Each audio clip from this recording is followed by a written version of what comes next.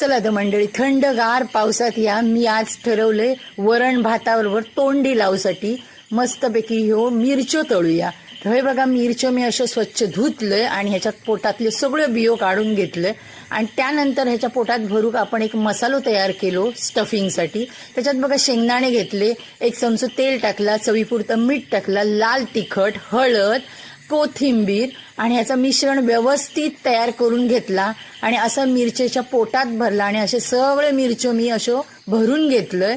त्याच्यानंतर बघा, आपण पॅनमध्ये थोडासा तेल टाकला, 2 चमचे, त्याच्यात फोडणीक वाईट जिरा टाकला आणि ह्यो मिरच्यो व्यवस्थित असो तळून घेतल्यो आणि उरलेलो मसालो पण टाकलो त्या पॅनमध्ये आणि मस्तपैकी झाकून ठेवलंय 5 मिनिटं. 2-3 वेळा उलटी पालटी केलं आणि बरे अशो भाजलंय आणि हय अशो आपल्यो तोंडी लावण्यासाठी मिरच्यो तळलेल्यो तयार झालेल्यो. तुम्ही व्हिडिओ लाईक आणि सबस्क्राईब. चला तर मंडळी,